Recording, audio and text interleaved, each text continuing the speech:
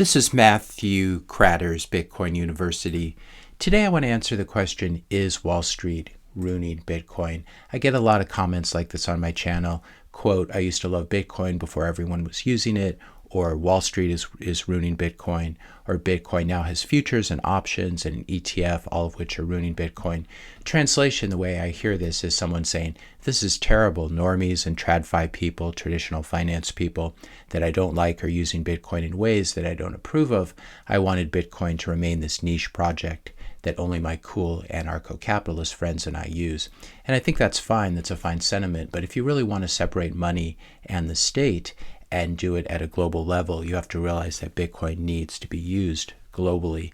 You can't have hyperbitcoinization if Bitcoin is being used only by a small circle of libertarians or anarcho-capitalists. That still seems to be the dream for the Monero community. They're always saying things like Bitcoin is really popular and captured, but at least we still have our own private money called Monero that the cool kids still use. This seems to be the sentiment. And again, that's fine. But remember that Monero still competes with Bitcoin in the market for money. This is a global, highly competitive market. And the result has been that Monero people are becoming increasingly impoverished relative to Bitcoiners. And that means less political and societal influence for them.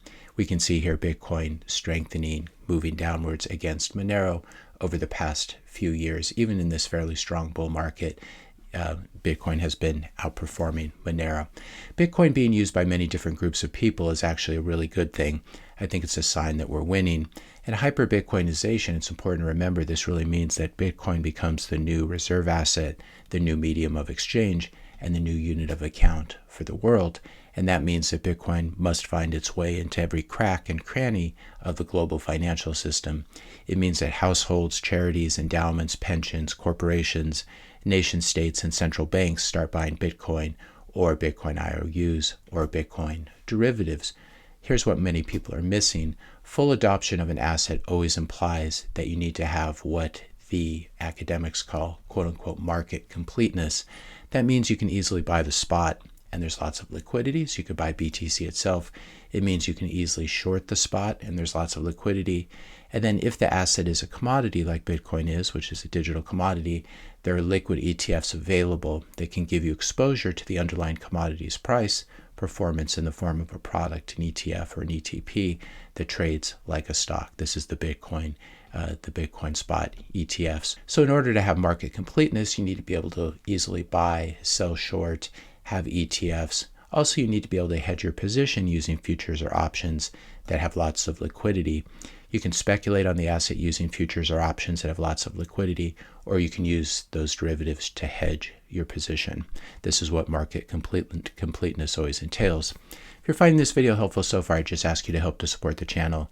Hit the subscribe button. That really helps with the reach of this channel.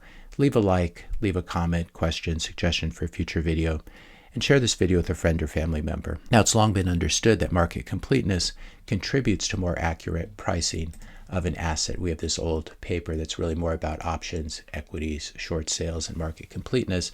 It starts off in the abstract saying this paper presents empirical evidence that trading in options contributes to both transactional and informational efficiency of the stock market, in this case by reducing the effective constraints on short sales.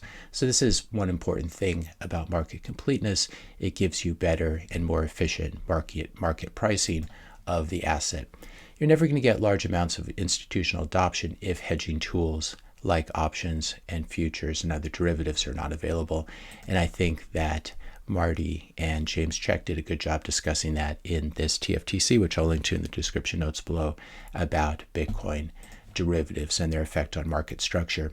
The other piece that people don't understand is that we really need Bitcoin to pump in order for it to be maximally useful.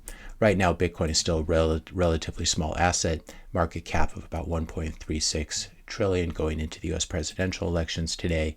Whereas if we look at global wealth, total global asset value, somewhere around 900 trillion, just equities themselves, global equities or stocks, 115 trillion. We've got gold down here at 16, 17 trillion, bonds at 300 trillion, etc. And so Bitcoin's market cap needs to rise in order to become comparable to these other markets. And Bitcoin needs this much larger market cap in order to service the world's economy. Now, because Bitcoin supply is fixed at 21 million coins, the only way for its market cap to increase is for the price to go up, number go up technology, NGU.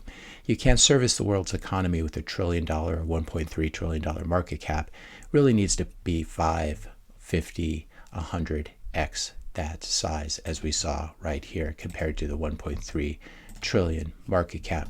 Now, even if you don't believe that's possible, there are central bankers now, for example, the ECB, who do believe it's possible. They're terrified. I'll put a link to this video about Bitcoin going to $10 million a coin based on an ECB paper, European Central Bank paper. ECB economists being very worried that people who don't own Bitcoin may be impoverished by other people owning Bitcoin. Of course, this is not how it works.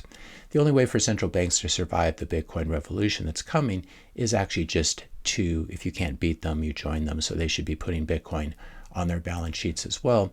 And some small countries, obviously El Salvador is doing this. Bhutan has been mining Bitcoin using their cheap energy sources. The Russian Sovereign Wealth Fund is investing in Bitcoin mining infrastructure. And I'd be extremely surprised if Russia did not have a lot of Bitcoin. If we take a look here, we can see governments holding Bitcoin, the US at the top, over 200,000 Bitcoin, which were of course stolen. China, I believe, mined theirs, honestly. UK with 61,000 Bitcoin. Ukraine has 46,000 Bitcoin. Don't ask me how they got that. And then going all the way down. And we don't see a lot of European countries here holding Bitcoin. Germany sold off the last of their Bitcoin. So this is where we're headed. We're headed to the stage of nation state adoption. This means that Bitcoin is going to become much more mainstream, much more widespread. And eventually we're going to see even the central banks and nation states capitulating and buying it. And that's when the price action gets extremely, extremely interesting. If you enjoyed this video, be sure to hit the subscribe and like buttons. Hit the notification bell if you want to be notified when I publish my next video. And let me know your questions and comments in the comment section below. Thanks all for watching, and I'll see you in the next video.